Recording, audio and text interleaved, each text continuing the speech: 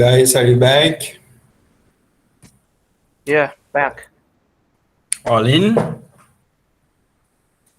Can we continue? Yes, we can continue. Thank you. So we were talking about, the FDI inflows, which are the top 10 destination markets. So there we found, yes, Singapore, Brazil has attracted more FDIs when compared to US, China, or UK in the last 3 years' time. And what are the other types of international business activities that companies can undertake?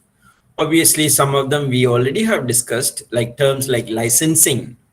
So when you license, you're giving the intellectual property rights. So classical examples of licensing is Coca-Cola, where they license their, formula to open manufacturing plants in different countries. Then we have franchising model that we have seen. There's a franchisor, franchisee, there is a master franchisor, and so on. Okay, then we have the management contract. So there are different types of business activities globally that different companies can undertake. So in terms of types of companies, we can look at multinational corporations, MNCs, or multinational enterprises. Not every business venture is a corporation. So some of them may become enterprise, maybe a consulting firm, a legal firm. A legal firm may be a multinational enterprise, like McKinsey or etc. Then we have multinational organizations. These multinational organizations need not be just for making profit or money all the time or selling products. These multinational organizations could be some charitable organizations, maybe Red Cross, similar organizations. So some of these I won't be looking at because we have covered them earlier. So what are the benefits of globalization or internationalization? Obviously, the cost of marketing is less because you're getting partners locally, you're getting distribution network, you're getting a local supporting firm to sell your products. New market opportunities, yes, obviously, because if you don't go global, your product is restricted and limited to your domestic market. But the moment you plan to go global, that is where you're able to expand your products and services to new markets and new opportunities await you. Even, you can look at different types of buyer needs. You can start producing goods and services based on local customs, traditions, values, tastes, flavors, and so on. And we also need to look at the sustainability model. How sustainable is your business model in the long run? Sustainability in terms of financial sustainability, ecological sustainability, environmental sustainability, stakeholders sustainability, profitability. So there are different ways of sustainability that we need to look at. So if you globalize production, what's the benefit?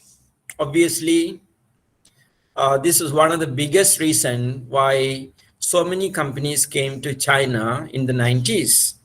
Lower cost of production, if you remember. But now, quite a number of firms are moving out of China, from what I have read, because your production cost, labor cost has increased over a period of time. So companies are moving to countries like, Vietnam, Indonesia, where they find, the production cost or the labor cost is much, much lower.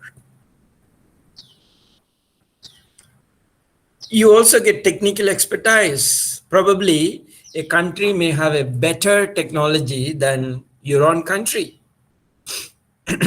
So you get the technical know-how. You get the production inputs. When you say production inputs, it could be in terms of the 5 M's: money, material, men, machine, methods. All 5 M's can be accessed easily if you go to another country. So obviously there are hindrances in terms of legal frameworks. Corruption is a major issue. Red tapeism is another issue that when you want to go global. We will be looking at all these terms later. Okay, so what drives globalization we need to look at? Obviously, competition is something that is driving globalization. Cost management is something that is driving globalization. Increased opportunity to market products and services is, driving globalization. Liberalized policies is driving globalization. There are so many factors that is driving globalization as of today. So all these factors, obviously you can read, I believe. I don't have to go through them one by one.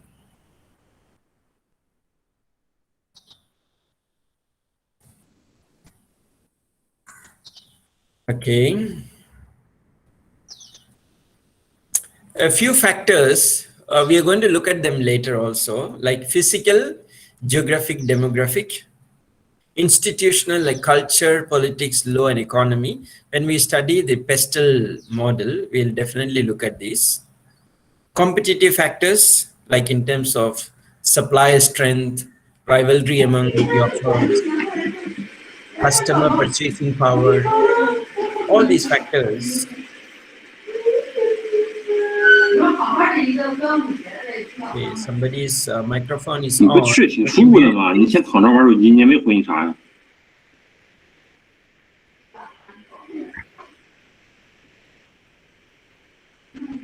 Okay, I think that was by mistake, right? Okay, let's move on. So physical, institutional, and competitive factors that can affect your ability to operate abroad. Obviously, when we do the PESTEL, we will do a thorough study because that is part of your assignment also. I will take you through in detail. Okay. Other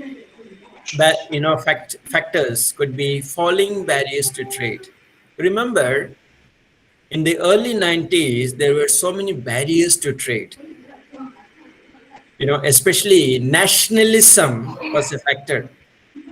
Many countries were afraid to open up their economies to the rest of the world, fearing that those companies will come and colonize them.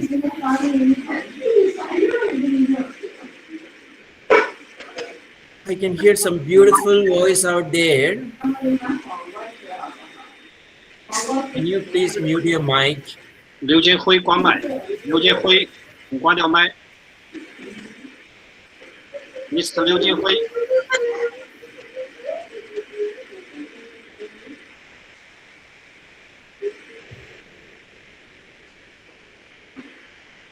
Looks like the person is not around. Can you text her, please? Him or her?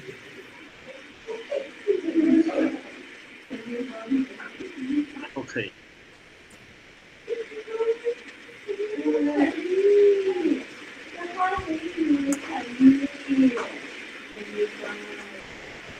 Professor.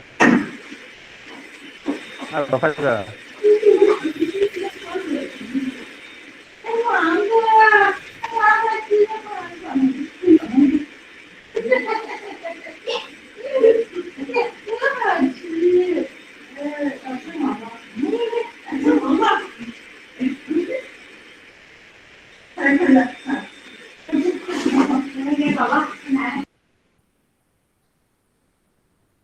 Okay, great. Thank you. You're welcome. Okay. So, all right, it's time to go back. Oh, sorry, my camera was off all the while. Huh? Can you see me? Yeah, we can you. All right, thank you. So, what forces were driving globalization? I remember I just want to share the Indian story. In the 90s, India was having a very bad FDI crisis, foreign direct. The foreign currency reserve crisis. They didn't have enough foreign currency reserves to do exporting and importing. That's the time India went to World Trade Organization, and they put in certain conditions to lend money to India. So they asked India to open up their economy. India was a very closed economy like China earlier. So they asked India to open up the economy, number one.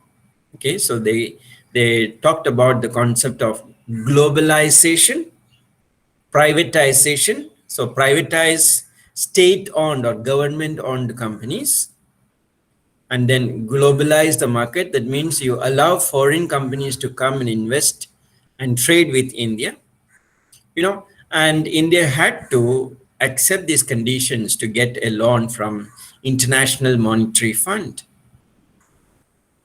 IMF. So as a result, today, there is a greater accessibility to Indian market. There is less barrier to foreign trade. Okay. Now, then came, GATT, General Agreement on Tariff and Trade. This also has institutionalized tariffs. Tariffs means customs duties, import-export duties. So no country can arbitrarily charge tariffs. Then came World Trade Organizations. The World Trade Organization was able to frame international laws for business trade. So if you have any arbitration, where do you go? Business arbitration, for example, there are disputes between two organized international companies. Where do you go? You go to WTO. You can file your case.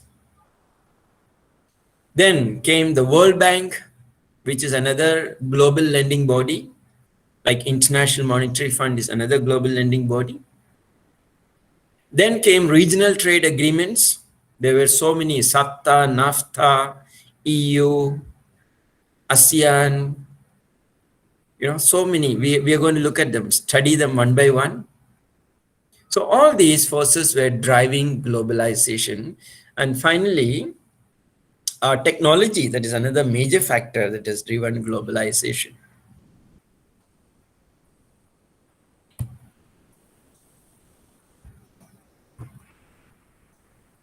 So when it comes to technology, e-commerce has actually increased the speed of globalization or internationalization.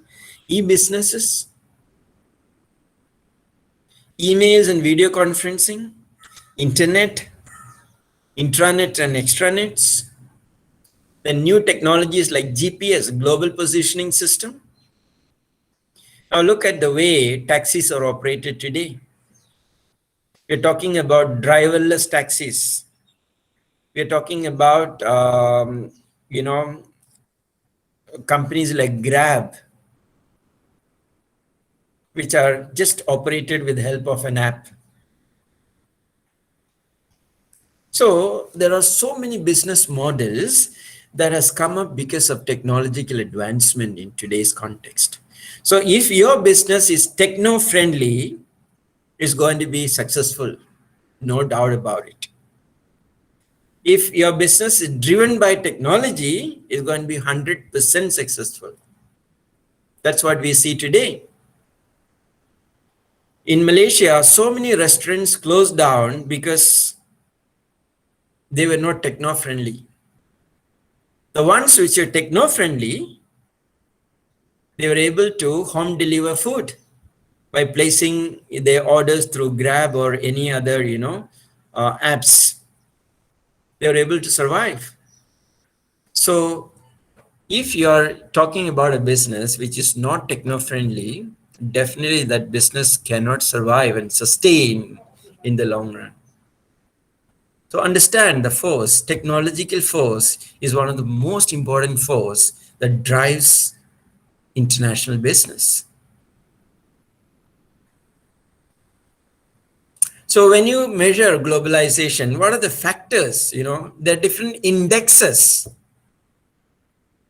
Indexes can be based on economic ranking, social ranking, political ranking. There are so many factors. Like political instability is a major factor that can stop companies from coming into your country. As of now, Malaysia has got some, 50-50 stability. It's not very stable politically. So countries will think twice, companies will think twice before coming into Malaysia. Because any day the policies, rules that govern business can change. The previous government came out with GST, which was, introduced in the place of the normal tax. The new government which came into power removed GST and reintroduced the old tax structure. So this is a major hindrance when it comes to investors. Is there steady, stable business policies and frameworks, or is it too much, influenced by political factors? Social index talks about what is the kind of development the society has achieved. Like certain Scandinavian countries, like if you look at most of these, like Austria, Netherlands, Ireland, Sweden, their social development index is very high. Some of these countries, they work only 4 days a week, not even 5 days. And the remaining 3 days is family time for them. But still they're able to produce or meet the productivity requirement in 4 days' time. Whereas we look at the Asian side, we believe in spending more time in work, be it Japan, China, India, whichever country. The more time you spend in office, the more loyal you're considered to be, the more productive you're considered to be. So our concept of business and loyalty is very different from that of certain other countries. And what is the social development index that we have, especially our Asian region? It's not that very high. Still, child labor is prevalent. Still, poverty is rampant. Then what is the purchasing power of people?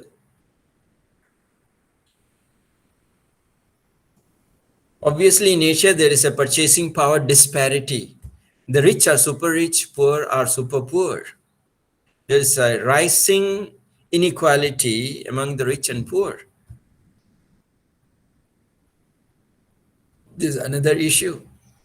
So all these factors, drives globalization. Some people argue against globalization. They say globalization is not good. Globalization will kill a country's economy. This was the major cry even in certain countries, Asian countries like India. They were totally against globalization in the initial phase. They said, it will take away our jobs. Foreign companies will come and capture our business. But none of it were proved true, actually. They were all just fears and inhibitions of certain political class. So, in fact, if the average wealth of the citizens of every country has increased, I would say to a large extent, it's because of globalization or internationalization of business. But that doesn't mean I turn a blind eye to the problems globalization has brought in. has brought in a lot of inequality at the same time. Though on the one side, you find people's richness, or people are becoming more and more wealthier, disposable income has increased. And on the other side, you find the disparity between the rich and poor are increasing. Rich and poor nations are also increasing. So there is a contrast,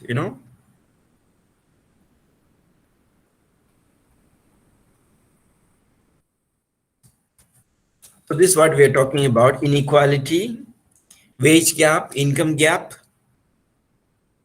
inequality. All these factors are actually debatable, they are very debatable when we talk about international or global business.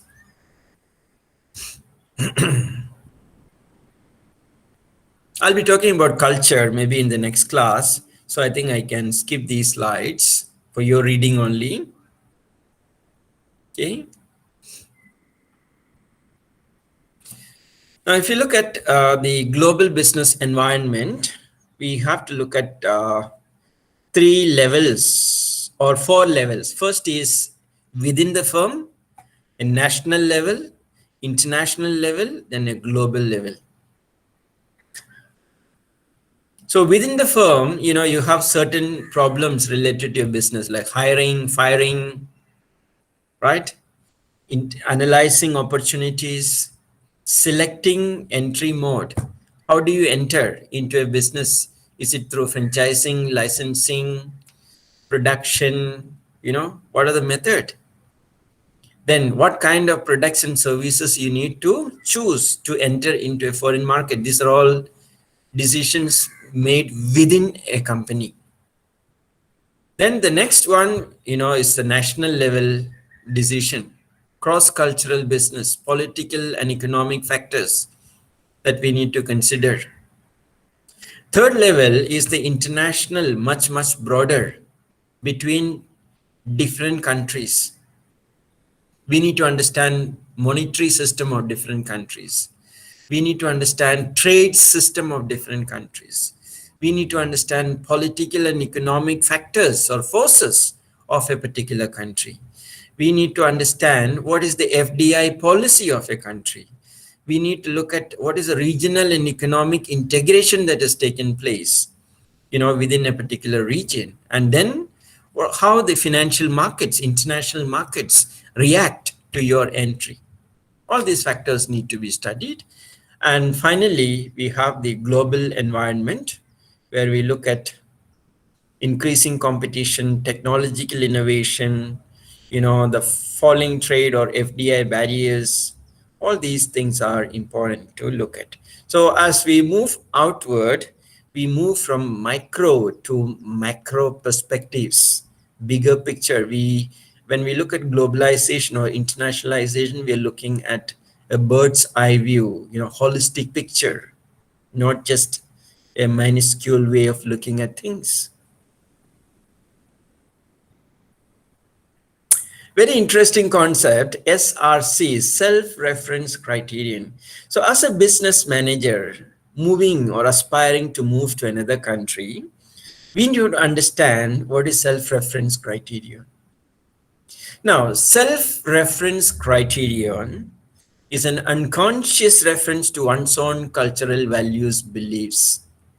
So every time I make a decision, my decisions are based on the cultural values that I have received from my own country. For example, let's say I'm Malaysian and I am born and brought up in Malaysia with cultural values, beliefs of Malaysia. Now, when I do business, let's say with France, can I make my business decisions and strategies purely based on Malaysian experience? If so, then I would say I am influenced by self-reference criterion. Because unconsciously, I'm influenced by my own cultural values and beliefs, which may not be right for another country. Do you understand? So if you are influenced by self-reference criterion, what happens? What is the impact? Number one, you don't appreciate the cultural values of another country, because for you, what is most important is your own culture, your own beliefs, your own values, your own religion. You can't go beyond that. So every business decision you make is based on your own culture, your own religion, which can very well go wrong in another country, in another context. So even your marketing mix may not work suitably because you're influenced by SRC, self-reference criterion. So that's why we say, when in Rome, be a Roman. If you're doing business with Rome, you have to think and act like a Roman to be successful there. This is something that we need to understand in a global context. So ask this question: am I making my own decisions based on my own cultural values all the time? Or do I consider the host country, HOST, host countries' cultural values, beliefs, expectations? Do you understand what is SRC? Guys, you got it or not?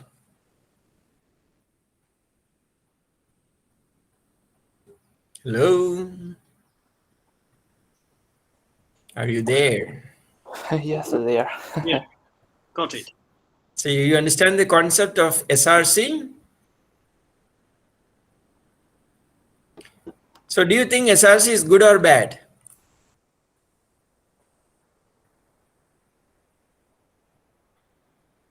Is SRC negative or positive, good or bad? Good. Pardon?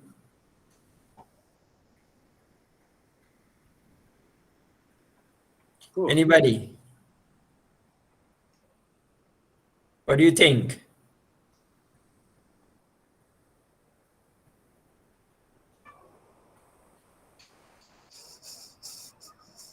Don't think anything?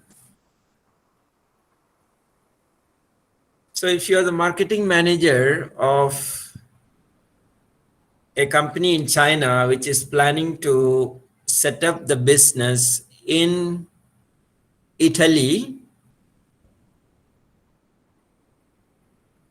following SRC is good or bad?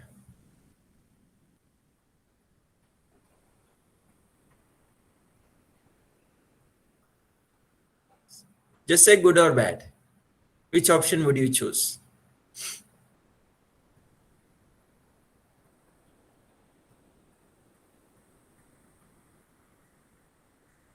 Guys,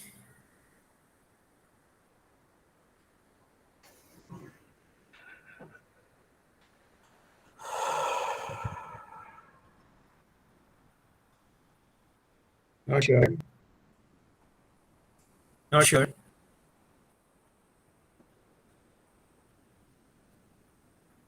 Okay, I'll just explain it once more so that you understand it correctly. SRC is your unconscious. Unconscious means you're not even aware it is happening in you. You know, you're always referring back to your own cultural beliefs, religious beliefs, for to make decisions in international market.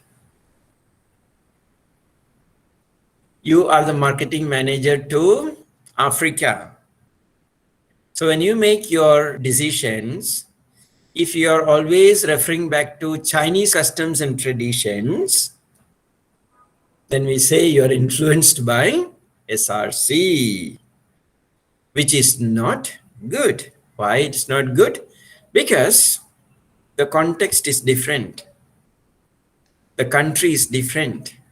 So your decisions that you make, let's say in Nigeria, must be based on Nigerian culture, Nigerian beliefs, Nigerian values, not Chinese values, not Chinese culture, to be successful. This is what SRC is all about. So it's something like a marketing myopia, you know. That means you don't see the reality. Let's look at some of the example, a very interesting example. British manufacturer of chocolate biscuit, in America they call it as cookies, ignoring its SRC, knew that it must package its biscuit differently to accommodate the Japanese market. In Britain, chocolate biscuits are taken with coffee or tea every day.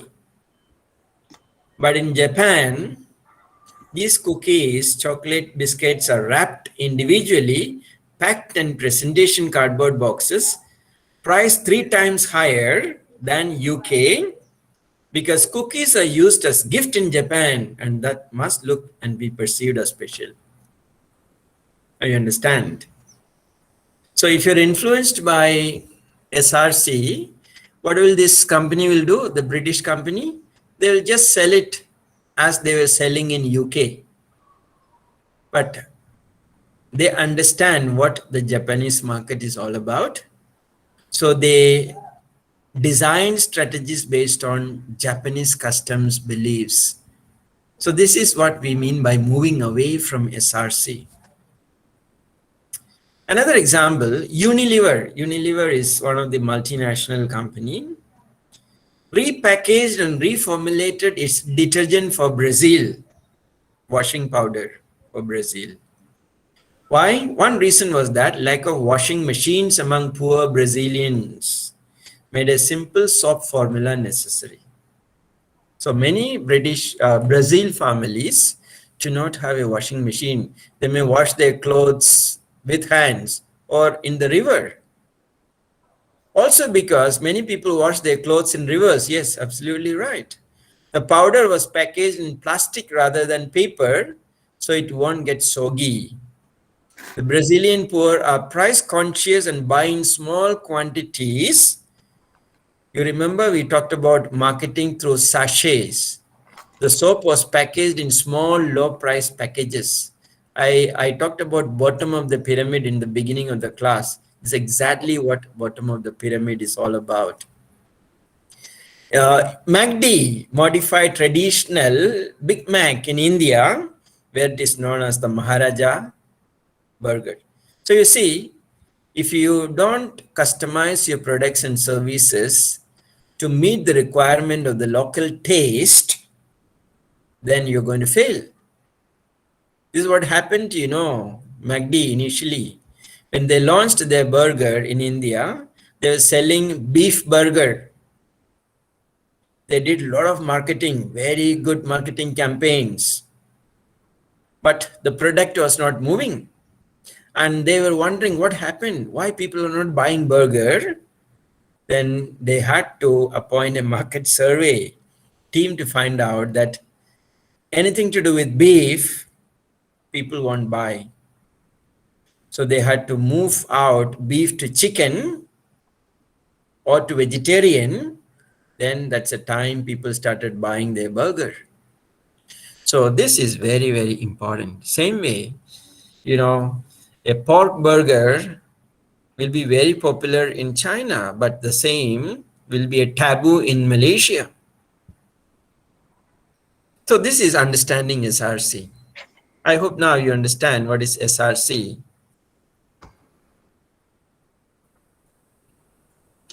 The next term that we need to understand is ethnocentrism. Ethnocentrism is one's own belief that my culture is the best culture and I will follow my culture and yours is the worst culture. We call it as jingoism. Both ethnocentrism and SRC is not good for international marketing. These are obstacles to international marketing actually. So if I believe Malaysian culture is the best culture, so I should promote Malaysian culture wherever I go. I don't need to learn anything from Chinese culture or from Indian culture or from Indonesian culture. Then I'm blinded by ethnocentrism. So both ethnocentrism and SRC are a stumbling block for successful international marketing. Please remember. So if you have this attitude, then we need to be a global citizen to do global marketing. You understand? You cannot take sides saying, you know, hey, my country is the best, yours is the worst. You fail as a marketer there.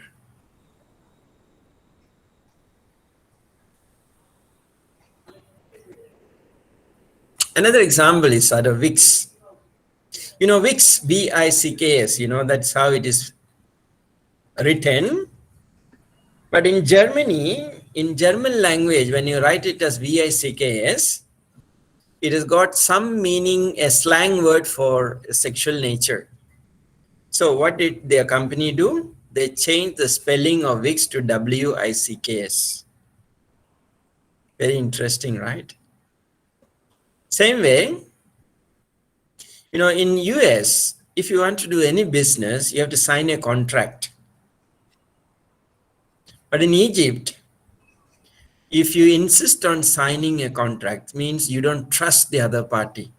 Most of the agreements are verbal, you know, in Egypt. So if you are going to Egypt to do business and you're taking with you 100-page contract, asking them to sign, many times the business deal may not go through because that is not part of their culture. You understand? So this SRC and ethnocentrisms are definitely not good for international business. Let's take some of the other examples of ethnocentrism. You know, US always think that US is the best country in the world. They know better than others. They think they are the moral police of the world. They think they are richer and powerful than any other country. So that forced them to, you know, poke their nose into other countries' affairs, be it Middle East or Afghanistan or Iran or, you know, any country. They just want to poke their nose and prove they are the moral police based on ethnocentrism. Even the Europe, you know, if you remember, the Europeans were colonizing African countries. They were treating the Africans as slaves based on, again, the same ethnocentric feelings.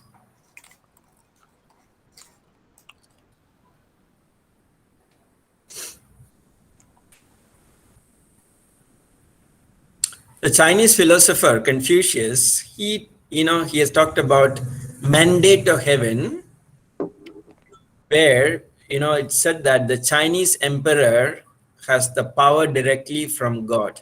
So people have to obey the emperor. You know, the emperor is called a son of heaven. That means whatever he says is right, people have to obey. This is a classical example of, you know, sinocentrism and ethnocentrism.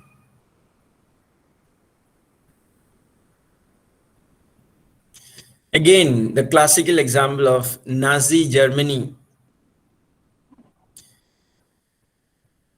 They killed the Jews based on the belief that the Aryans are a pure race and they need to eliminate all Jews, which is kind of a mixed breed,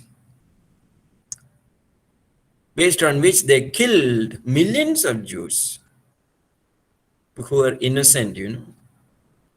Again, another classical example of ethnocentrism. Even in workplace, you find ethnocentrism, you know. Many times we treat people coming from poorer countries are less intelligent, or people having dark complexion as less intelligent when compared to people with fair complexion. So that's why all those companies selling fairness creams make money, because they always had this concept from hundreds of years that, you know, fair complexion is better than dark complexion. Fair is superior to dark.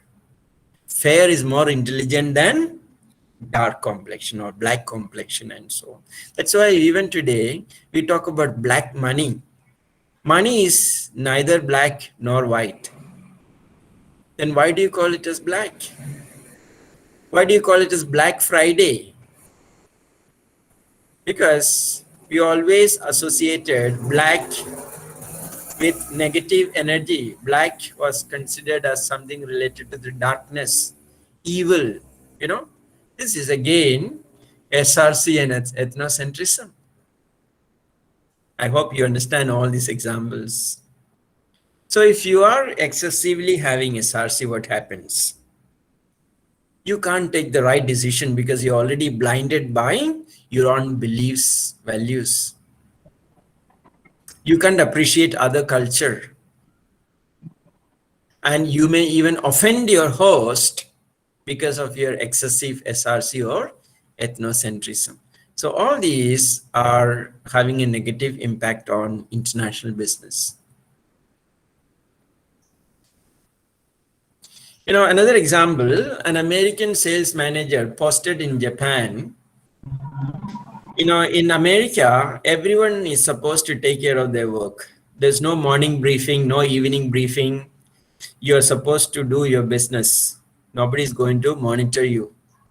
But in Asia, people want, you know, they expect the boss to tell them every day what to do in the morning. That's Asian culture. So this guy, when he went to Tokyo, he did not do any briefing. So the Japanese workers started complaining, saying the boss is not good. The sales performance declined. Then he understood that he needs to do the briefing. So he started doing briefing. He started putting pressure on people, and people started working. They like it. Interesting, right? Very interesting concept. So we have to blend with the local customs and traditions if you want to be successful. Look at some of the large companies in the world, 2020 by market capitalization. So if you look at America, you will find Amazon, Alphabet, Facebook, Microsoft, Apple, Visa, MasterCard. Quite a number of big companies are there. Walmart, right? You move towards Europe, you find Roche, SAP, Nestle, Unilever, Shell. You come to Asia, you have Saudi Aramco, one of the biggest, Samsung, Toyota, Tencent, Alibaba. So quite a number of companies if you find, you know. So you can see the concentration in Asia, Europe, and North America. So most of the bigger companies are coming from North America, then from Asia, then from Europe. So in terms of market capitalization, the biggest one definitely is Apple, followed by Saudi Aramco, then Microsoft, Amazon, and so on.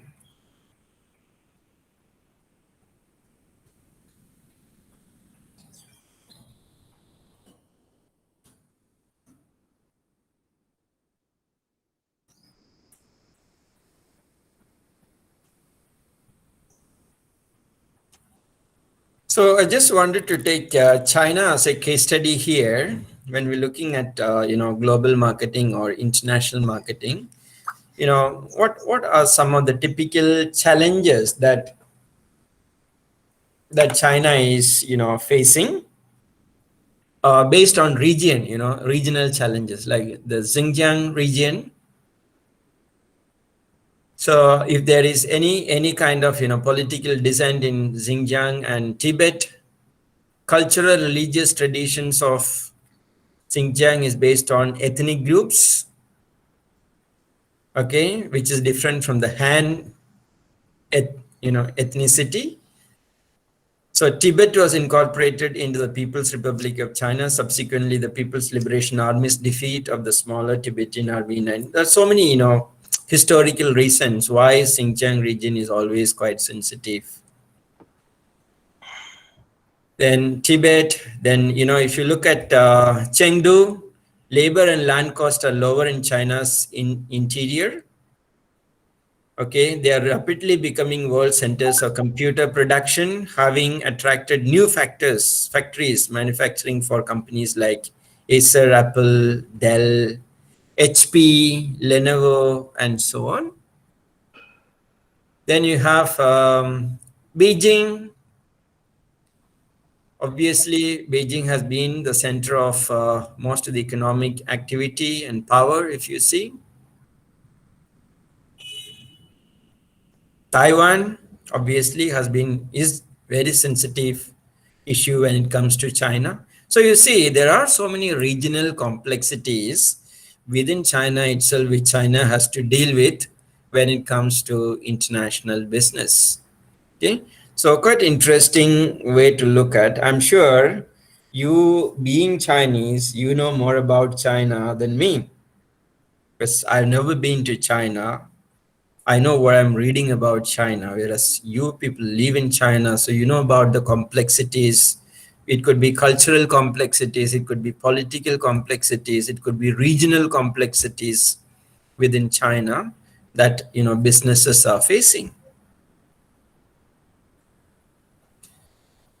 All right, so I think I just came to an end to my session today.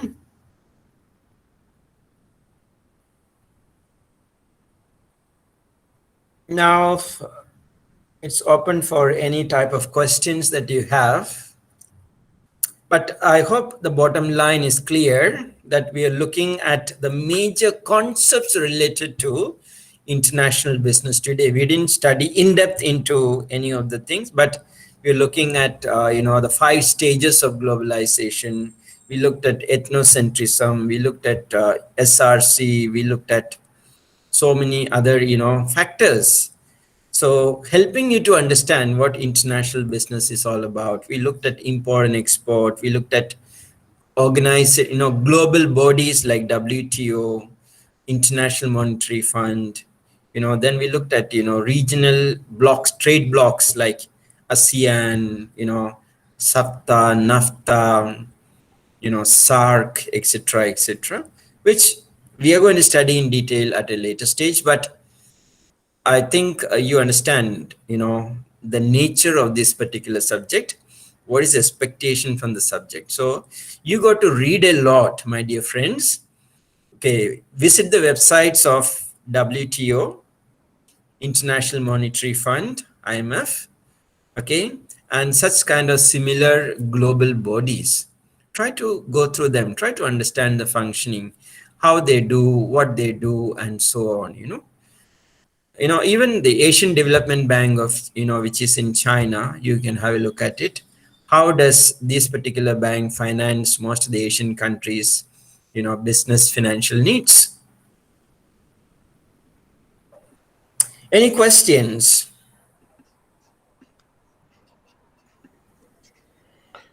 So far, no questions. I Why no have questions?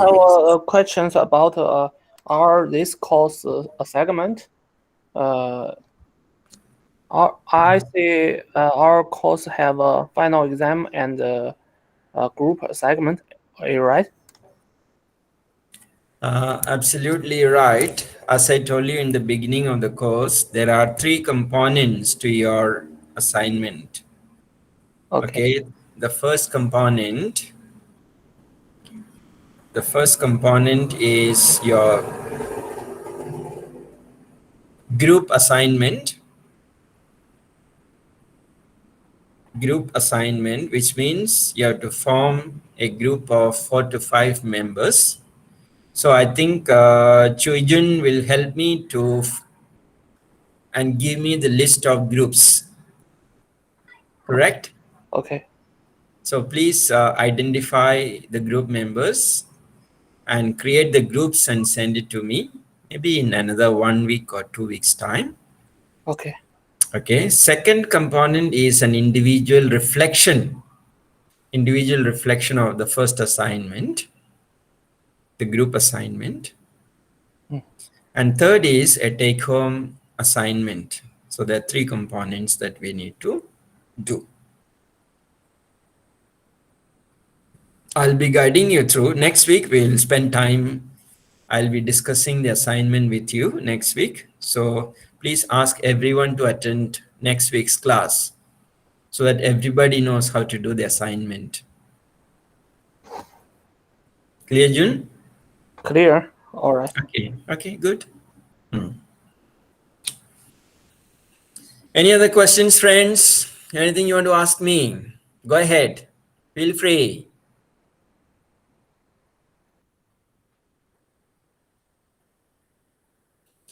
In MBA class, please remember, one of the objective of doing MBA is understanding the subject, getting knowledge. But that is not the only objective of MBA. The main objective of MBA is to transform you as an individual with the help of better communication skill, leadership skills, decision-making skills, interpersonal skills. You know, all these skills must be developed during your MBA time. That's very, very important. Okay, so it's not about getting your 60 marks, passing the subject, getting your degree. That is just one part of the story. The most important is transformation as a leader, as a business leader. So after 1 year, if you don't see any change in you, that means you have not gained from this course. But if you tell me, hey, I'm more confident, I can make decisions better, my leadership skills are better, my communication is better, I'm more confident, you know, or I can talk to my clients better. So when you tell me this, then I say, okay, this MBA has helped you. So my dear friends, do not just focus only on getting your pass mark, but go beyond that. Take it as a challenge for personal improvement through this MBA program. That's my, request to you. Okay, thanks. Okay, and the recordings of these sessions will be uploaded into LMS, so you can access these later.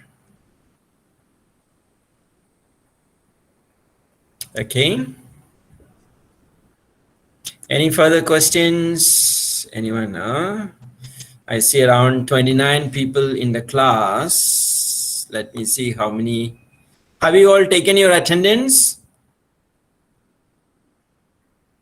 All of you have done the attendance? Hello? Yeah, we all attendance. Oh, thank you. Hi, Professor. Yes, about go ahead. the final exam. It's open book or closed book? Open Okay. book, assignment based.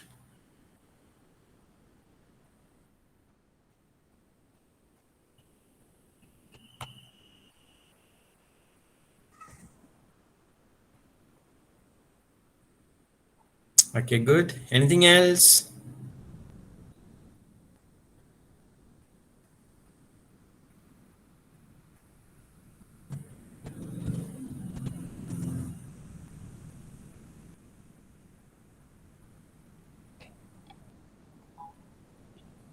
All right, if no further questions, it's time to